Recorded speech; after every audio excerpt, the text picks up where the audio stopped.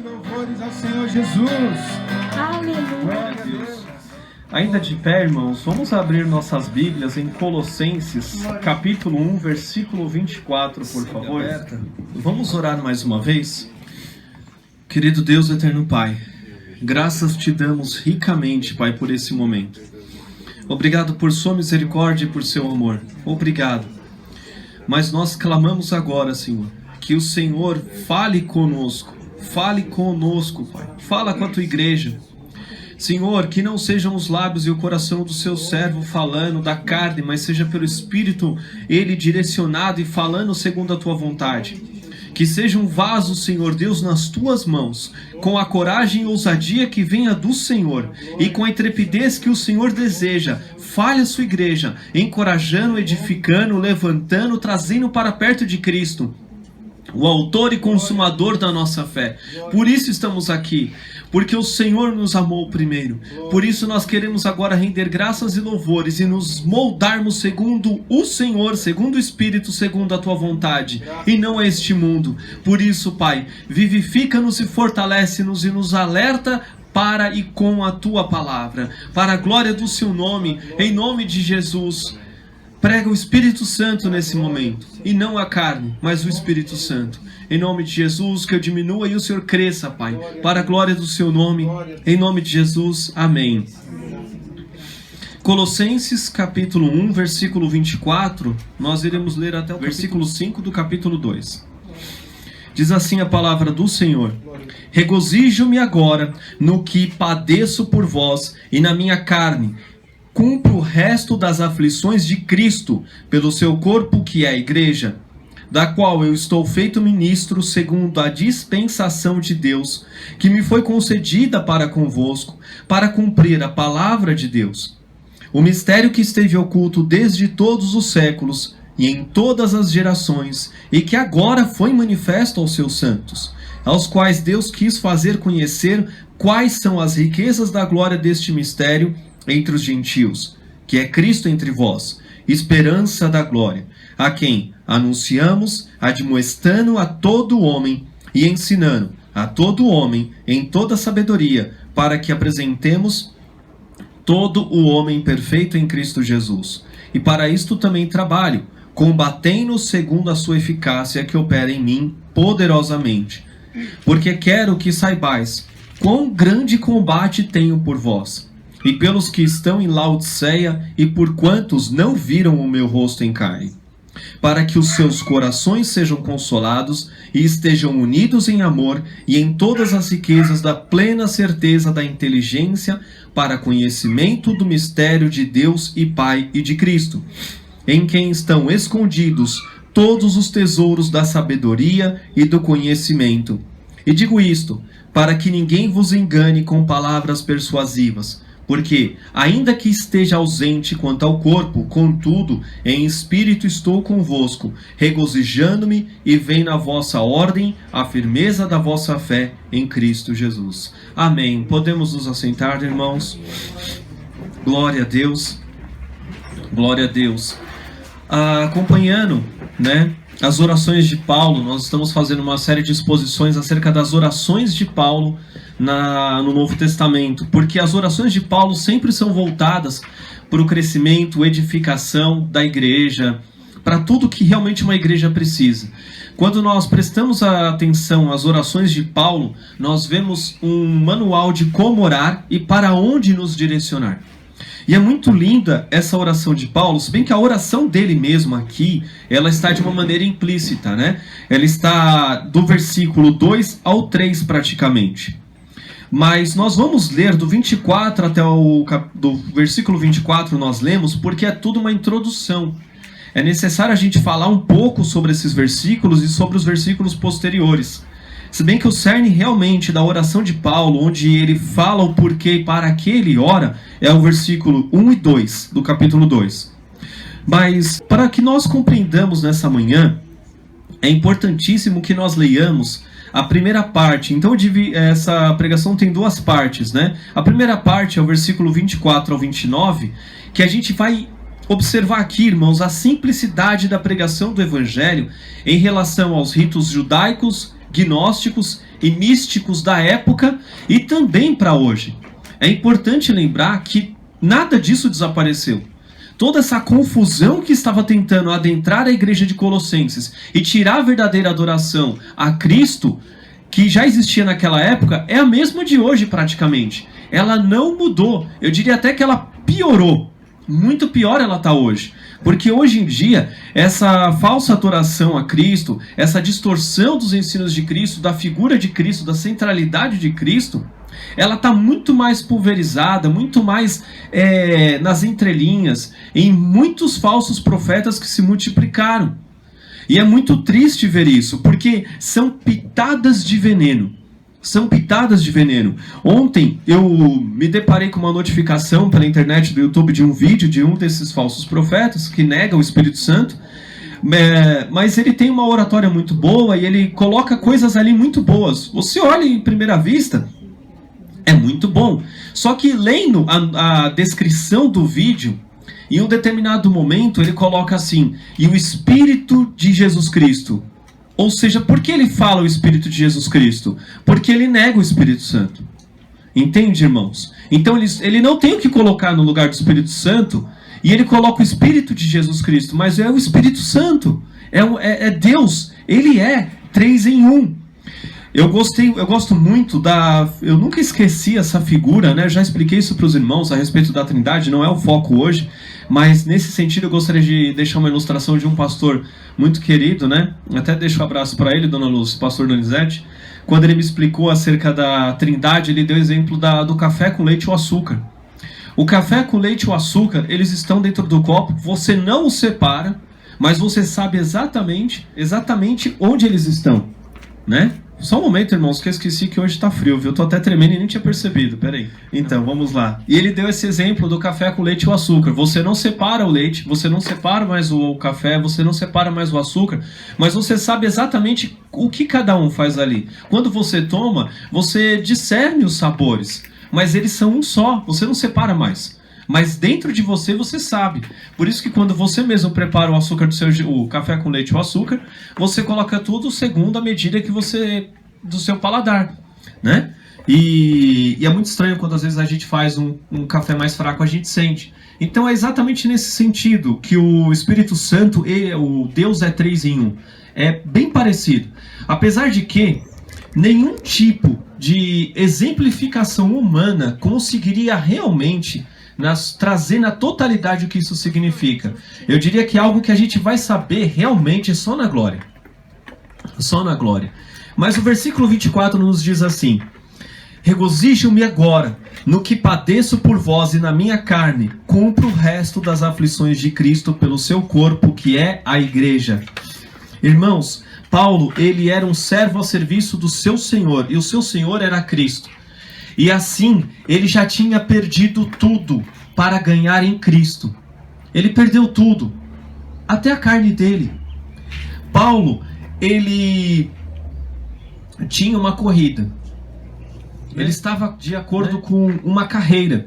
E ele não sabia quando essa carreira terminaria. É muito diferente, por exemplo, de um atleta que vê o fim, né, da pista de atletismo. É a mesma coisa em qualquer tipo de esporte. Você tem um período, o jogo de futebol, o jogo de vôlei, e esse é o fim. Porém, a carreira de Paulo, ela não tinha fim. Mas ele sabia que até ela terminar, quando ele não soubesse, até então ele deveria estar trabalhando. Por isso, ele sofria com alegria todo o que ele sofria em prol do corpo de Cristo, que é a igreja, em prol dos irmãos, em prol para que eles crescessem, para que eles fossem edificados. Mas em que os irmãos precisam ser edificados? Em que a igreja precisa ser edificada? E ao que Paulo está preso como ministro? O versículo 25 diz assim: da qual eu estou feito ministro, segundo a dispensação de Deus, que me foi concedida para convosco, para cumprir a palavra de Deus.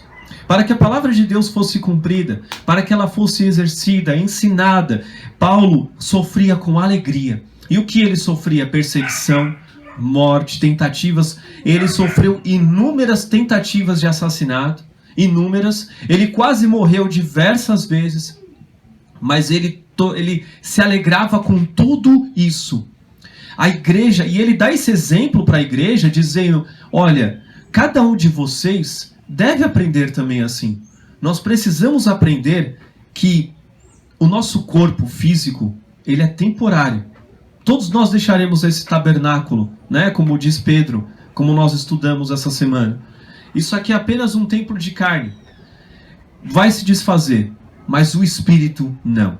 O espírito é para com Deus. E o nosso Deus nos chama para algo muito maior, que é a Jerusalém celestial. Nós conversamos isso também com as crianças ontem. O nosso foco não está aqui, ele está na nossa Jerusalém celestial, para onde nós vamos. Mas Paulo, ele fala primeiro do seu sofrimento e depois ele traz... Por que ele fala do sofrimento? Porque muitos falsos profetas, desde aquela época, queriam tirar o sofrimento cotidiano da vida cristã. Muitos queriam dizer que não, a vida é com Cristo, a vida em Deus, ela não tem sofrimento. Hoje não é diferente. Muitos dizem que não, se você está em Cristo, você tem abundância de todas as coisas. Veja bem, nós vamos ler, e estamos lendo isso, todas as orações de Paulo acerca da igreja, ele nunca ora por nada físico. É sempre por bens espirituais, sempre por coisas espirituais, eternas, etéreas, aquilo que não se toca. É sempre por isso. A gente não vê Paulo orando, nossa, olha, vamos orar para que a igreja cresça, tenha inúmeros irmãos, templos gigantes, tenha dinheiro, os irmãos sejam abundantes em dinheiro, em coisas desse mundo. Não, ele não ora por isso. E ele vai falar aqui agora acerca do mistério do evangelho e da simplicidade do evangelho. E por que ele fala isso? Porque desde essa época os gnósticos queriam colocar o quê? Que a salvação se alcança mediante o seu conhecimento de Cristo ou de Deus. Só que isso não significa em Cristo, e sim com Cristo. Ou seja, você tem que descobrir mistérios que Jesus não disse para todo mundo. Ele disse para uns poucos escolhidos. Era o que o gnosticismo da época dizia. E por outro lado, tinha juntamente os judaizantes que diziam que para que você fosse aceito por Deus e por Cristo, você precisava cumprir todos os ritos judaicos. Era necessário. Mas o que Paulo vai falar? Vamos ler agora do 26 ao 29. 26 ao 27 primeiro. Ele diz assim: o mistério que esteve oculto... Uma pausa. Quando ele fala mistério, por que ele usa essa palavra? Porque não era mais mistério, certo? Mas ele usa essa palavra como uma linguagem para com quem ele estava falando. Porque o gnosticismo usava muito essa palavra, mistério, para dizer que o mistério ele é para poucos escolhidos para ser revelado. E Paulo diz que não.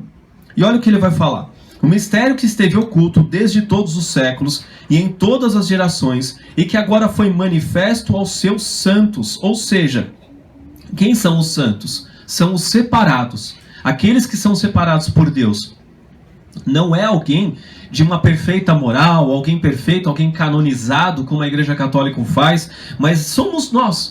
Somos nós. Nós hoje separamos toda essa manhã, separamos a nossa vida, nós separamos continuamente a nossa vida para adorar, louvar e engrandecer o nome do Senhor.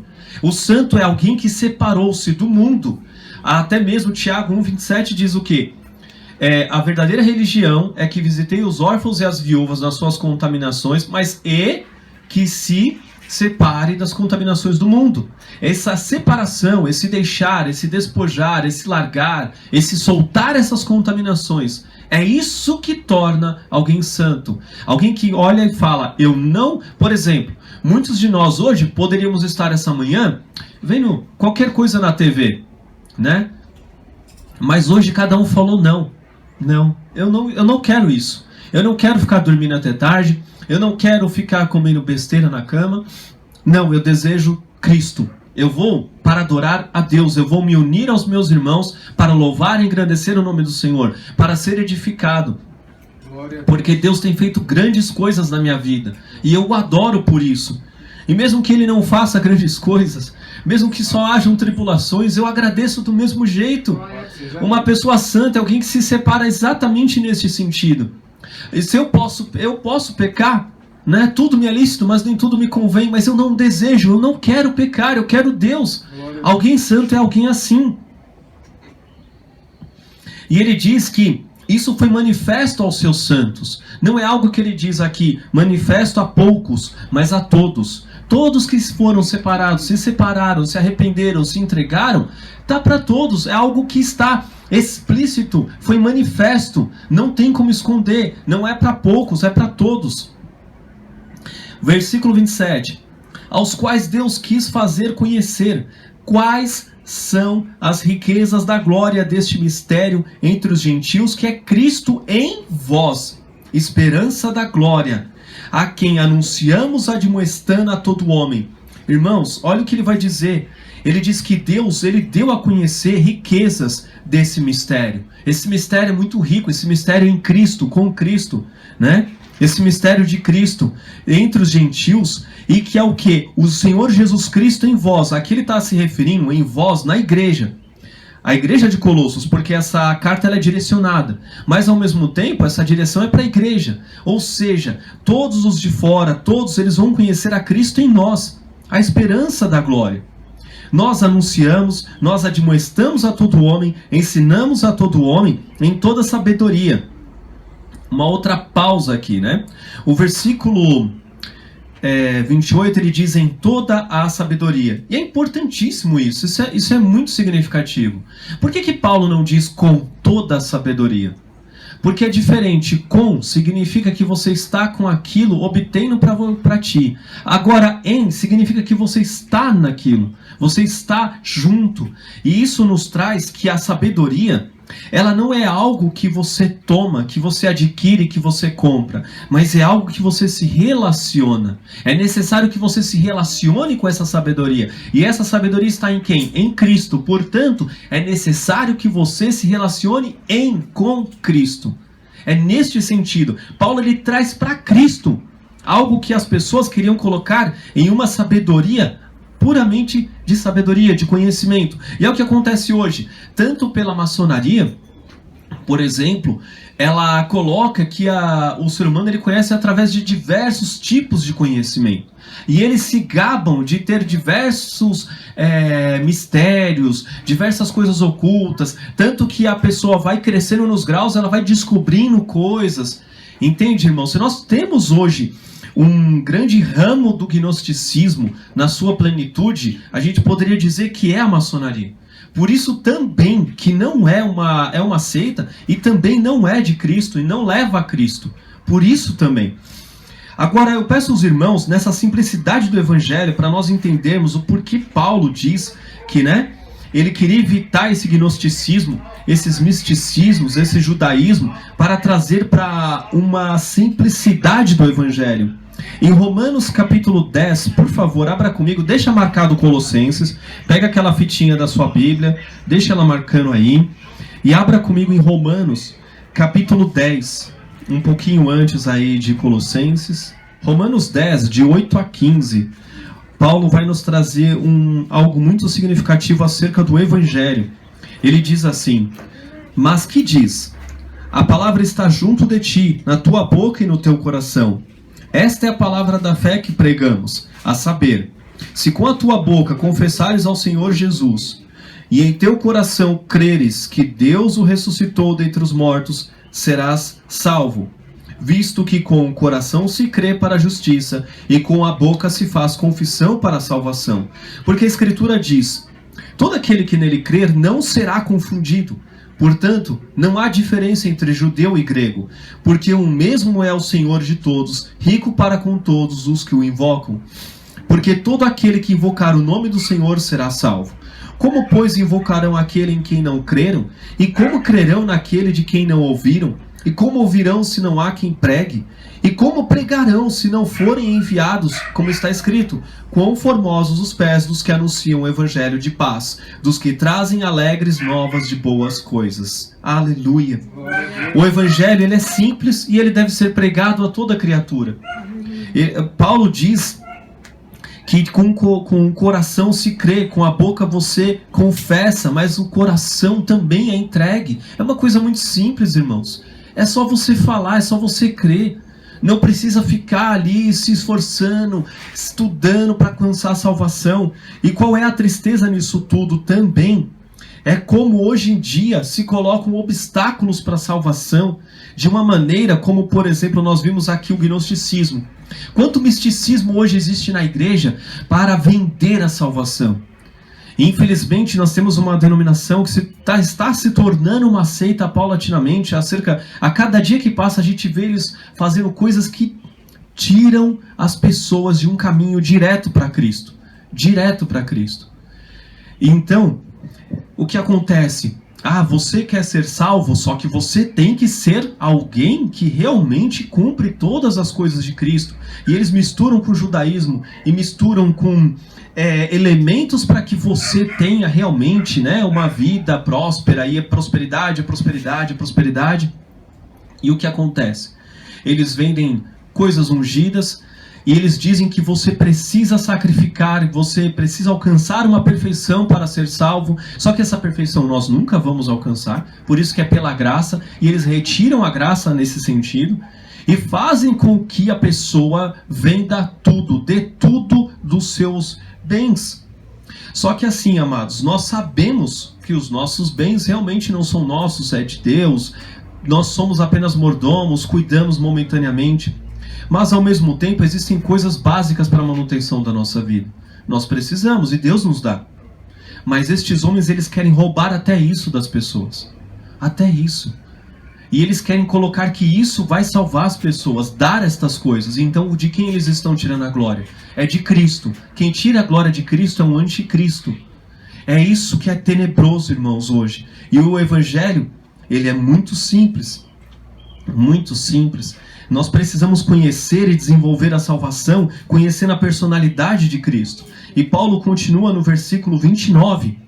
E para isto também trabalho, combatendo, versículo 29 de Colossenses, capítulo 1. E para isto também trabalho, combatendo segundo a sua eficácia que opera em mim poderosamente. Irmãos, poderosamente Cristo é a glória. A salvação vai sendo desenvolvida, vai trabalhando. O versículo 28 diz, para que apresentemos todo homem perfeito em Cristo Jesus.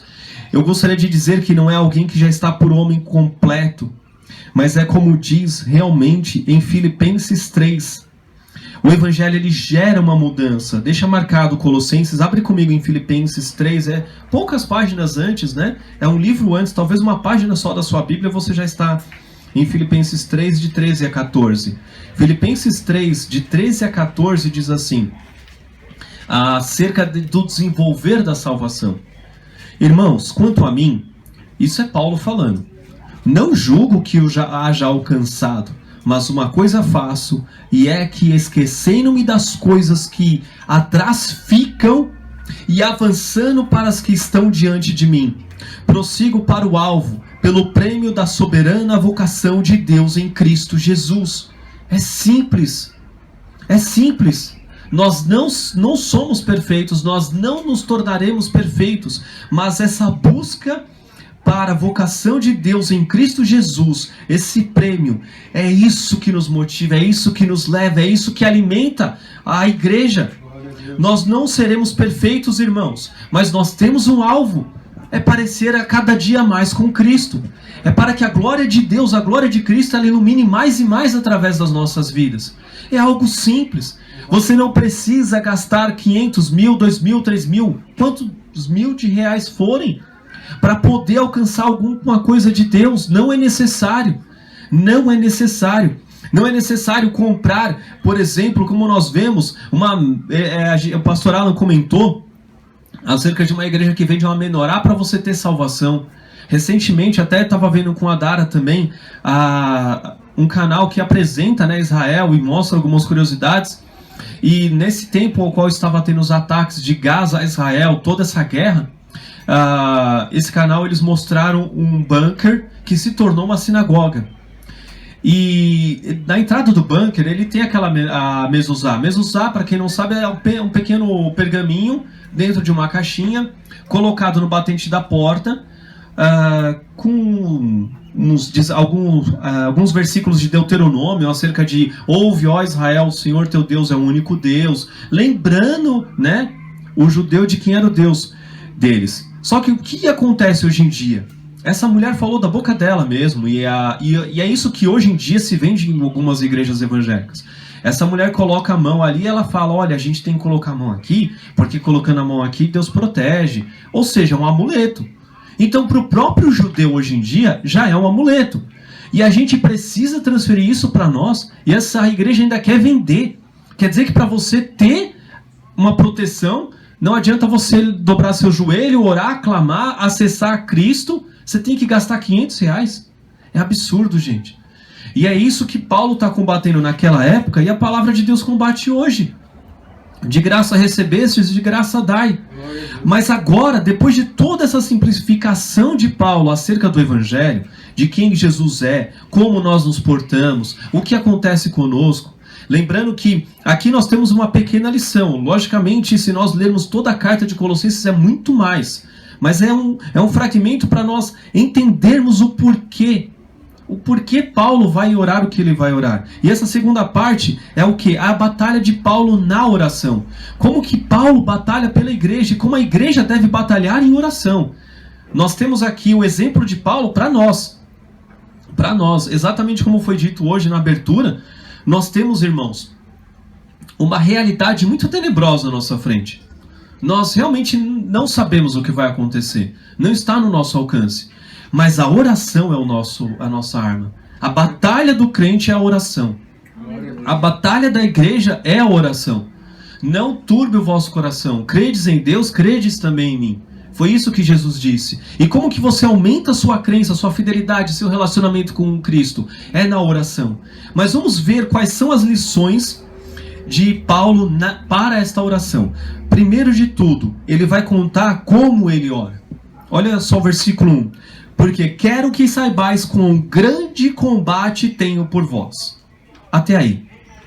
Paulo, ele luta e ele entra em combate pela igreja na oração. Lembrando que provavelmente, não é certeza, alguns dizem que sim, mas provavelmente não foi Paulo que fundou essa igreja, provavelmente ele deve ter visitado Colossos, era uma cidade não muito longe de Éfeso, era possível, porém, ele diz o que? Eu não estou com vocês, eu não estive com vocês, mas eu luto por vocês. E ele luta através da oração. Olha como a oração ela não tem limite. Ela não tem parede que possa segurar. Nós vemos esse vírus, ele se espalha de uma maneira tenebrosa. Muitas pessoas se assustam. Mas a gente se esquece que o Espírito Santo, que a oração é muito mais poderosa. Deus é muito mais poderoso. Antes desse vírus existir, Deus já faz um papel muito maior do que tudo isso. E aqui nós temos essa palavra combate. Porque quero que saibais quão grande combate tenho por vós. Irmãos, combate. Essa palavra ela vem do grego agon, de onde também vem a palavra agonia. A palavra agonia, ela deriva dessa palavra. É com agonia que ele combatia. E também isso significa uma competição, um combate, especificamente um confronto em competições públicas. No Novo Testamento, refere-se ao zelo incansável na propagação do Evangelho com perigo, sofrimento e aflição. E eu lembrei quando eu li isso, daquela atleta Gabrielle Anderson. Eu não sei se os irmãos, todo mundo conhece, vocês não vão ligar pelo nome, mas vocês já viram, recentemente a gente viu o vídeo daquela atleta suíça na Olimpíada de 84. Oi? Tá no Famílias esse vídeo, e é exatamente aquela figura. Quando Paulo escreve acerca do combate, ele passou muito tempo na região da Grécia, de onde surgiu as Olimpíadas. E toda essa figura do combate que Paulo geralmente coloca, ele coloca tanto por conta do que ele via dos soldados romanos, quanto por quanto ele via dos atletas. E o que um atleta fazia? O atleta realmente ele se esforçava, ele treinava muito para as Olimpíadas, para todas aquelas competições, para receber aquele prêmio. A gente vai ver realmente Paulo, ele usa esse exemplo inúmeras vezes. Ele traz isso porque era algo sensível para aquela época, para aquele povo. E é maravilhoso como nós temos um registro disso para os nossos dias. Essa atleta, ela era uma maratona, não me recordo agora quantos quilômetros, mas quando entra, né, ali eles dizem no Coliseu, na época foi nos Estados Unidos, agora me fugiu o nome da cidade, ela entra ali no estádio do atletismo e a 20 e poucos metros da linha de chegada, o corpo dela não aguenta. não aguenta. O corpo dela para, só que ela continua. E ela vem muito torta, os nervos dela, o corpo, tudo se enrijece. E ela já está no limite da exaustão. E ela vem toda cambaleante. Os médicos vêm ao lado dela e falam: melhor você desistir, você não está bem. Ela: não, eu não vou desistir. E eu ouvi uma entrevista dela que ela dizia o seguinte: ela não lembra o que ela falou. Ela só lembra dela falando não. E os médicos disseram que só deixaram ela continuar porque ela ainda transpirava. Se ela não tivesse transpirando, eles iam agarrar ela e iam tirar ela da pista. E ela chega, irmãos. A hora que ela passa a linha, ela se desfaz. Os médicos vêm, recolhem ela, levam ela para a maca, ela é atendida e ela consegue se recuperar. No dia seguinte ela fica bem. Mas essa figura dessa pessoa que no seu limite do limite do limite, não desiste da corrida. Ela não desiste. Ela virou, essa mulher, uma figura de motivação para todo mundo. Ela mesma ficou impressionada. Ela mesma não acreditou no que ela viu do vídeo. E ela conta que realmente ela virou símbolo daquela Olimpíada. Ela virou um símbolo de um atleta. E era exatamente esse símbolo que da época de Paulo já existia. Paulo já via alguém assim, ele usa isso e ele quer dizer o quê? Eu luto dessa maneira por vocês.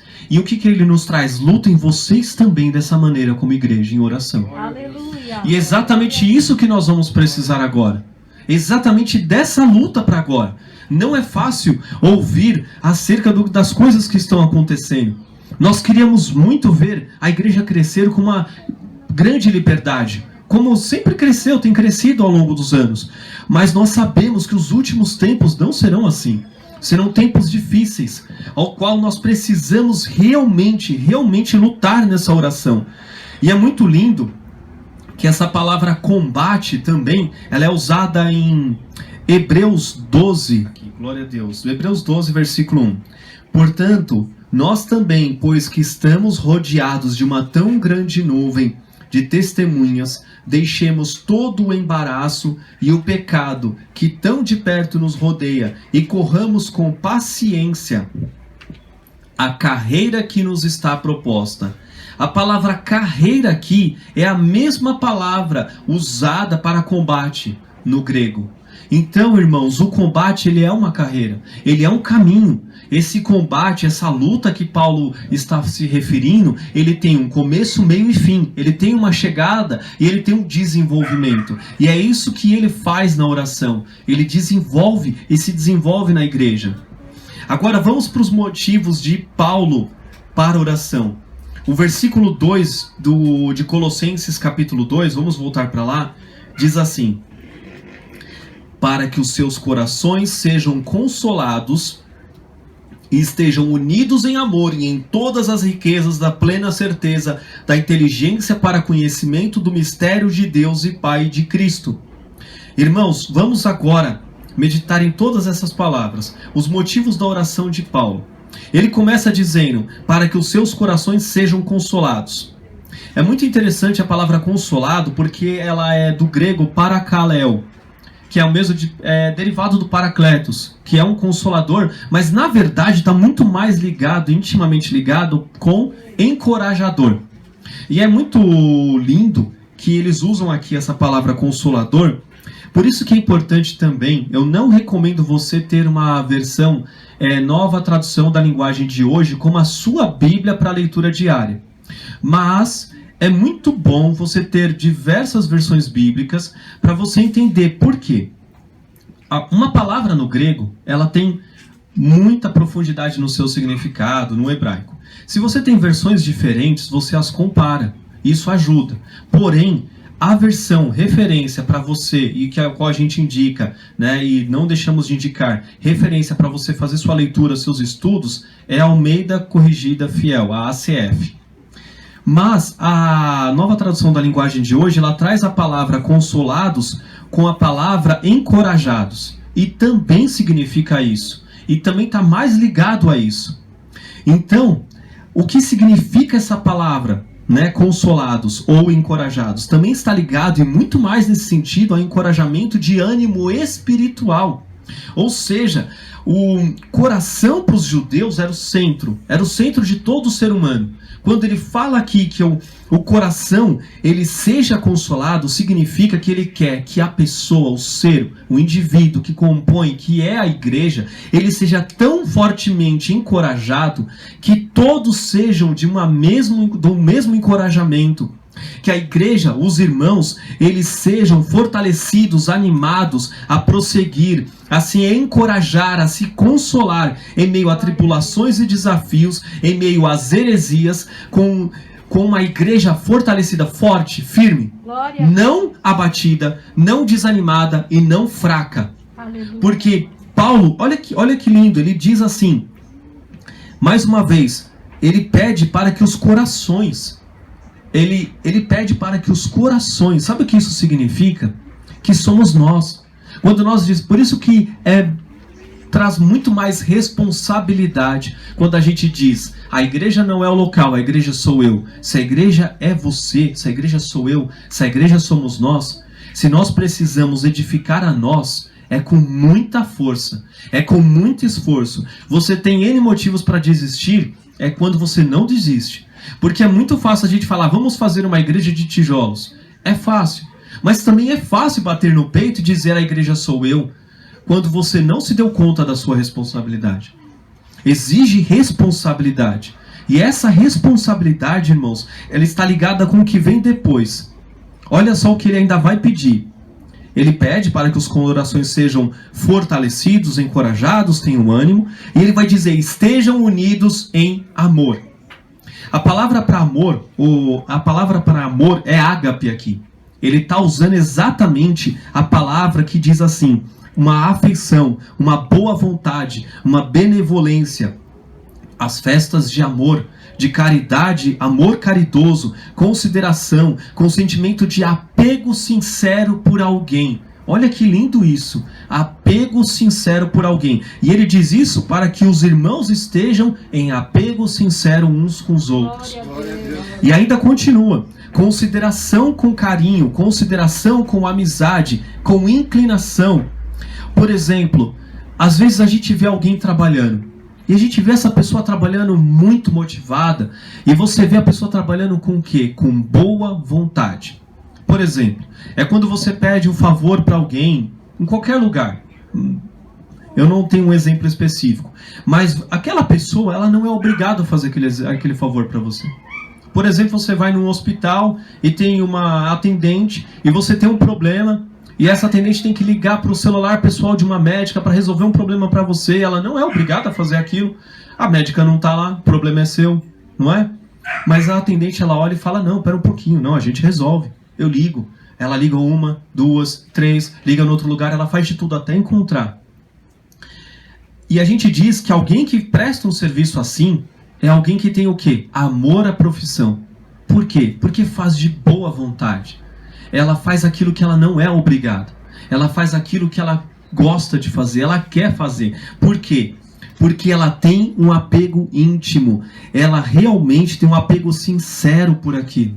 Então, quando Paulo diz aqui que estejam unidos em amor, ele diz para que realmente nós tenhamos uma consideração um para com o outro, com carinho, uma consideração com amizade, com uma inclinação. Essa questão de inclinação significa alguém que olha para o seu semelhante e se inclina a entendê-lo como ele é, o que ele está passando, uma sensibilidade. Paulo está pedindo exatamente isso, irmãos. E nós nunca estivemos no momento o qual vamos precisar tanto disso. Glória a Deus. Nunca tivemos. Tudo isso que nós estamos vendo que vai acontecer, nós precisamos estar unidos. Tanto a Cristo, enxergar apenas a Cristo, e estar combatendo na oração, estar com o coração fortalecido, nos animando, e estarmos realmente unidos. Muito, muito unidos. E o amor, ele é o caminho para o amadurecimento da igreja. Ele oxigena, ele traz relações, ele torna o corpo vibrante, vivo. A falta de amor, irmãos, ela vai nos desunir. Ela levanta orgulhosos, ela torna a igreja num corpo rebelde. um corpo rebelde. E o Senhor Jesus Cristo, Ele é tudo em todos. O Senhor Jesus Cristo, Ele diz que o novo mandamento Ele nos dá: amai-vos uns aos outros como eu vos amei. Se nós não praticamos isso, nós não praticamos o que Cristo ensinou. É muito fácil a gente bater no peito e dizer: eu sou igreja, se eu não amo meu irmão, e se eu não me relaciono com meu irmão, e se eu não tenho um corpo para me relacionar. Por isso que é muito, muito difícil. Muitos têm batido, muitas coisas têm acontecido de pessoas batendo no peito e dizendo: eu sou a igreja, eu não preciso congregar. Não, você precisa. Você precisa, porque é nessa comunhão que a gente exerce o que Jesus disse: amar-vos uns aos outros. Você não consegue amar pessoas que você não se relaciona e pessoas que você tem total razão para se decepcionar, para se distanciar delas e para odiá-las.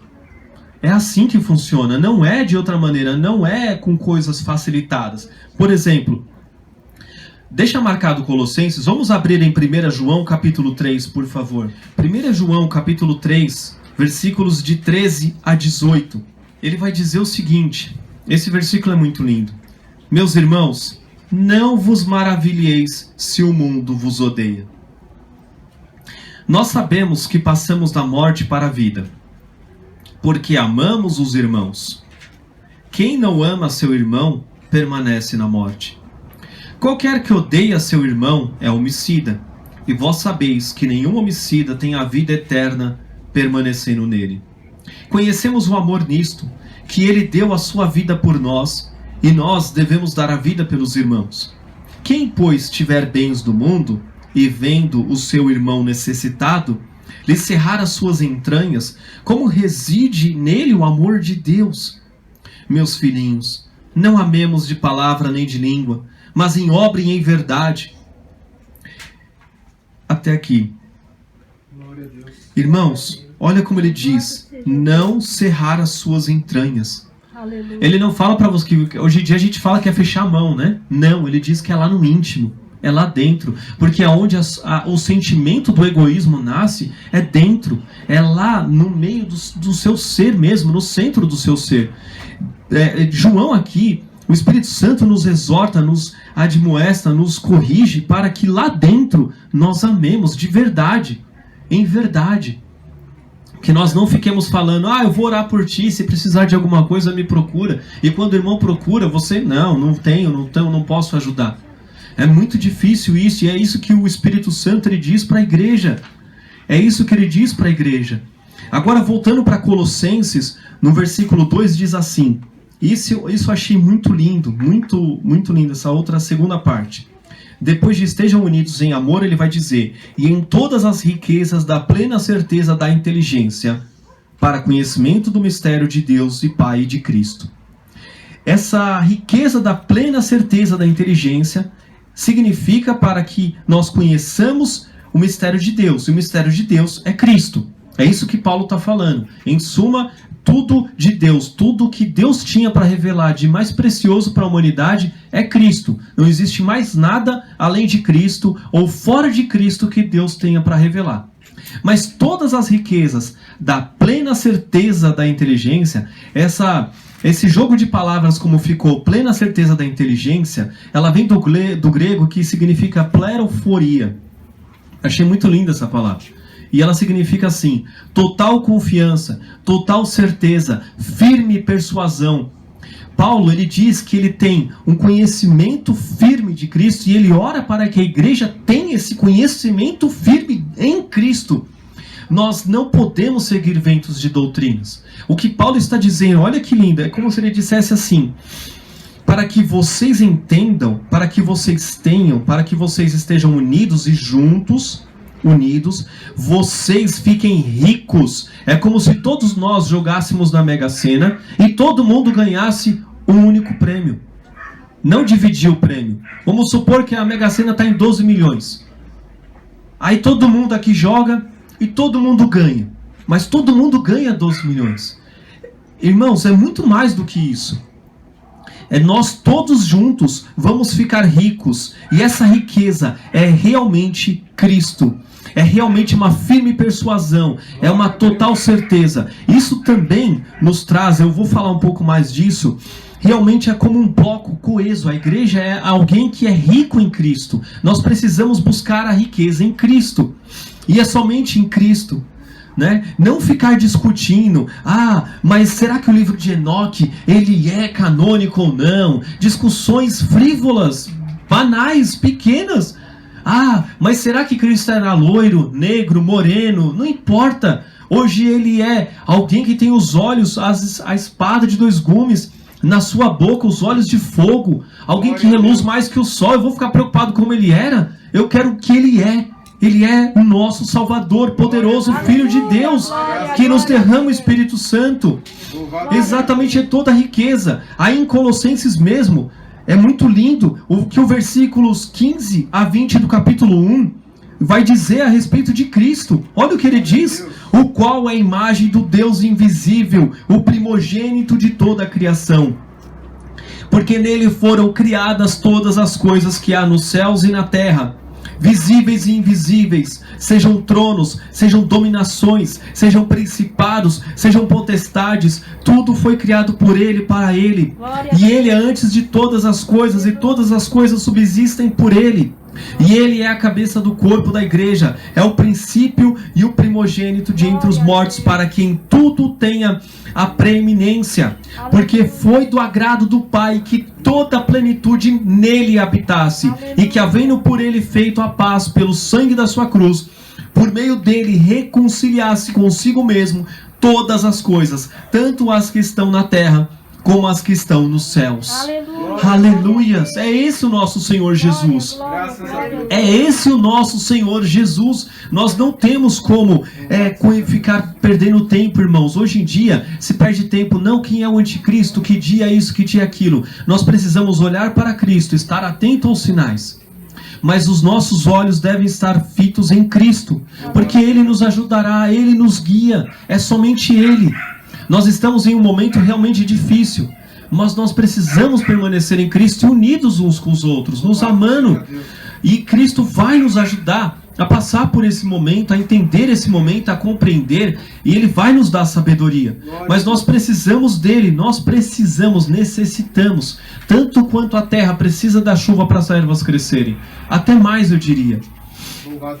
E agora, para concluir, os versículos de 3 a 5 dizem assim: em quem estão escondidos todos os tesouros da sabedoria e do conhecimento. E ele fala aqui, uma pausa rapidamente, ele diz isso mais uma vez, escancarando essa verdade para aqueles que queriam dizer: o conhecimento está escondido de uma maneira que você precisa ser alguém especial para ser revelado. Ele mais uma vez confronta. Só esse versículo aqui, ele já quebra toda não sei se é correto falar ideologia, mas diria toda a fundamentação da maçonaria. Só esse versículo ele já quebra, porque está escondido em Cristo. Então para que eu vou ficar procurando em outras coisas? Para que eu preciso saber dos mistérios do Egito, da Babilônia, né? Até mesmo da cabala judaica, que depois se tornou uma mistura com o gnosticismo? Para quê? Eu só preciso de Cristo. Glória a Deus.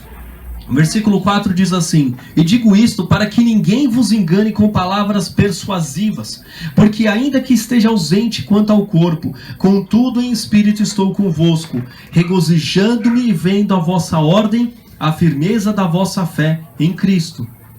Paulo orava exatamente nessa carta, irmãos, para que eles tivessem um encontro e conhecimento real com Cristo, para que a igreja ela fosse edificada num conhecimento vamos dizer assim, planificado dentro da igreja. Ou seja, todo mundo conhecia Cristo, todo mundo buscava junto, unido e encontra Cristo. É uma união que gera amor, é uma união que edifica, que nos levanta, que nos exorta.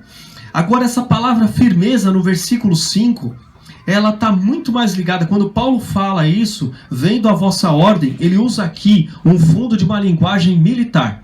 Na época de Paulo, nós não tínhamos exércitos como temos hoje, tanques de guerra, aviões, não existia nada, nenhuma arma, nem a pólvora. Se não estou enganado, existia nessa época. Se eu não estou enganado, que a pólvora foi inventada pelos chineses, mas eu não lembro agora a época. Mas enfim, o que era o poder do exército? O que era o poder naquela época? Era o próprio exército. Então, anos antes, cerca de uns 300 anos antes aqui de Cristo, teve aquele militar, aquele imperador Alexandre da Grécia, e ele inventou a falange macedônica. Essa forma de guerrear, ela tornou-se padrão para todos os exércitos e de certa forma é usada até hoje. O que é a falange macedônica? A falange é um bloco coeso militar de homens com escudos na frente, em cima. Eles formam um bloco bem organizado, não se desfaz. Ele pode ser atacado por todos os lados, mas ele fica firme. Ele é treinado, ele foi feito para realmente não se desfazer. Porque toda a tática militar dessa época trabalhava em cima da confusão de um exército. Então, se você conseguia atacar por um lado e o exército vinha por esse lado, lembrando que é sempre homens com escudos, lanças, espadas, flechas, não existia arma, eles vinham para tentar e aí atacava do outro lado. Ou seja, gerando uma confusão num bloco, você torna-o vulnerável. Era isso que acontecia. Mas quando ele diz aqui, a vossa ordem, significa que eles vão estar em ordem, cada um no seu lugar, quando vier o inimigo. E o inimigo ele vai bater e eles vão segurar aquele ataque unidos, porque eles estão juntos, porque eles sabem o papel de cada um ali dentro. E ele continua, na firmeza da vossa fé em Cristo. E o que dá firmeza, o que dá essa motivação para... Estamos sendo atacados, mas nós temos um motivo para estar aqui, é Cristo. É a firmeza da fidelidade, não você fiel a Cristo. Porque se um soldado se desfizesse da falange, ela ficaria vulnerável. Uma única brecha de alguém deixando aquela sua posição, ele seria atacado e aquela falange seria destruída. Exatamente essa linguagem que Paulo usa aqui. Ele está descrevendo. É muito lindo que ele usa coisas que eles sabiam. Eles sabiam, irmãos, e como isso é sensível para nós hoje. Todos vocês estão entendendo, tanto pelo poder do Espírito Santo, quanto pela inteligência que Deus deu para todos nós. E muitas pessoas ainda querem dizer que a Bíblia é um livro antiquado. Misericórdia, irmãos. Agora, para nós terminarmos essa pregação, essa exposição, meditação, vamos voltar aqui poucas páginas na sua Bíblia e abrem Efésios capítulo 6 comigo.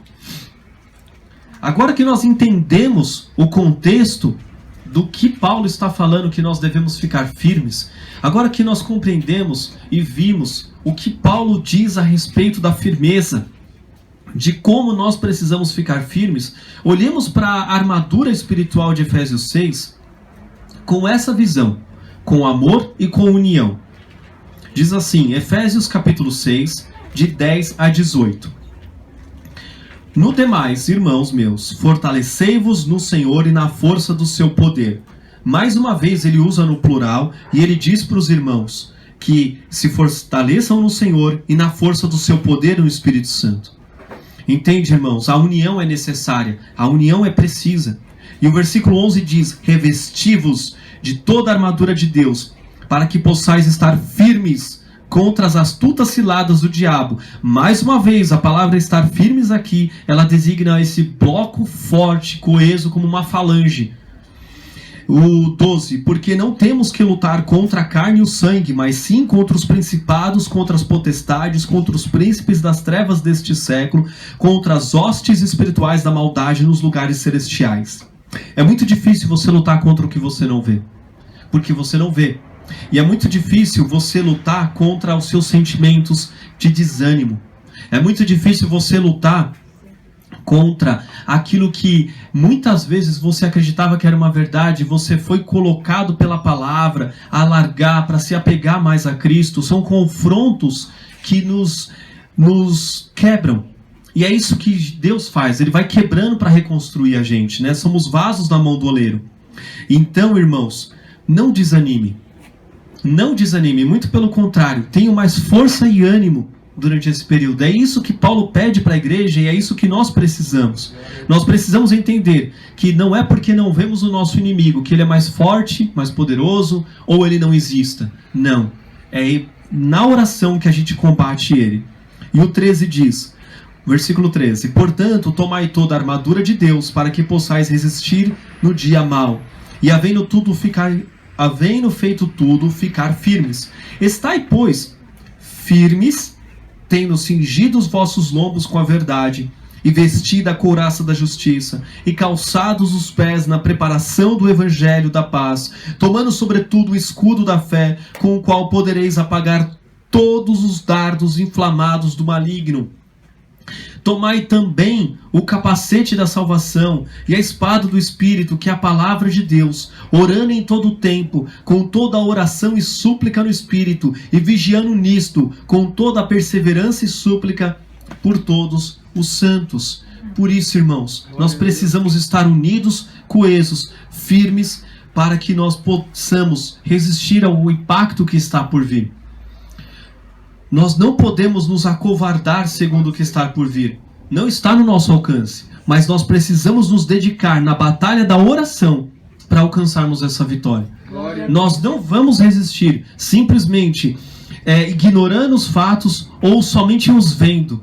Se nós não fizermos nenhum dos dois com oração, se nós sabemos, existem coisas que é necessário a gente respirar e entender o que está acontecendo e clamar a Deus. Nós não podemos ignorar os fatos, mas nós também não podemos nos deixar levar por eles.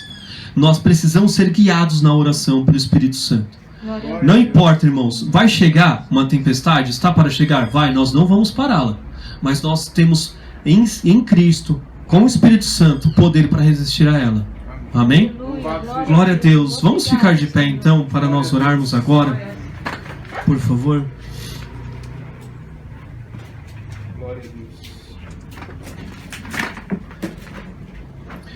Senhor Deus e Pai, em nome de Jesus, nós estamos aqui hoje, Pai, clamando ao Senhor, que o Senhor derrame nos corações da sua igreja todo o encorajamento, toda a consolação, toda a firmeza.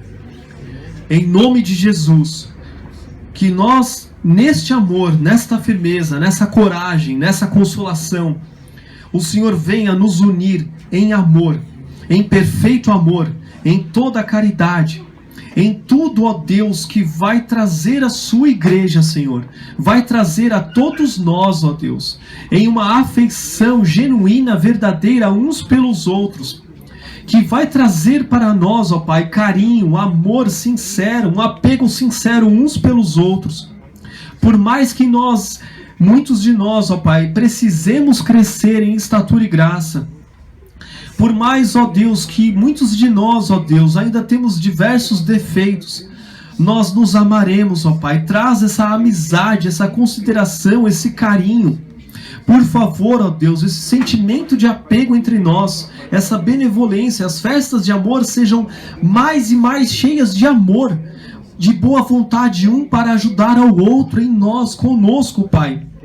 Por favor, ó Deus, em todas as riquezas do Senhor Jesus, derrama, Senhor, o Senhor Jesus em nós, Espírito Santo, para que sejamos ricos de total confiança, de total certeza, de firmeza, de firme persuasão em Cristo Jesus, no conhecimento de Cristo, para que os mistérios de Deus em Cristo Jesus sejam todos conhecidos por nós e sejam todos espalhados através de nós para o mundo.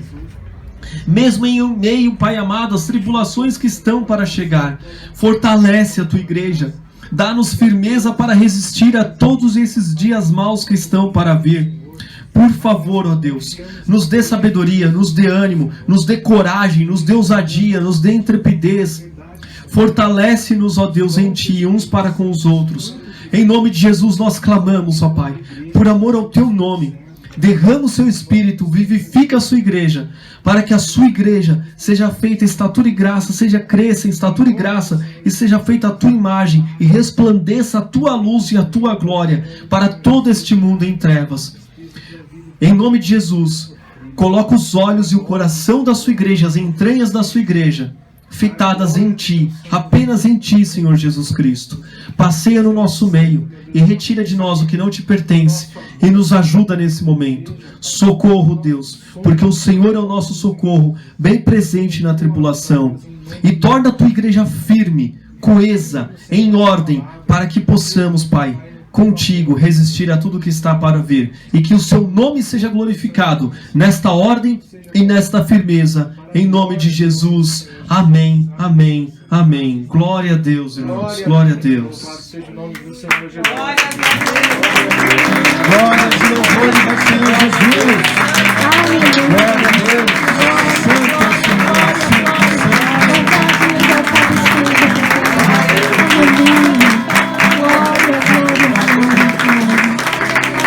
Glória a Deus. Glória a Deus. Aleluia. Glória a Deus. Aleluia.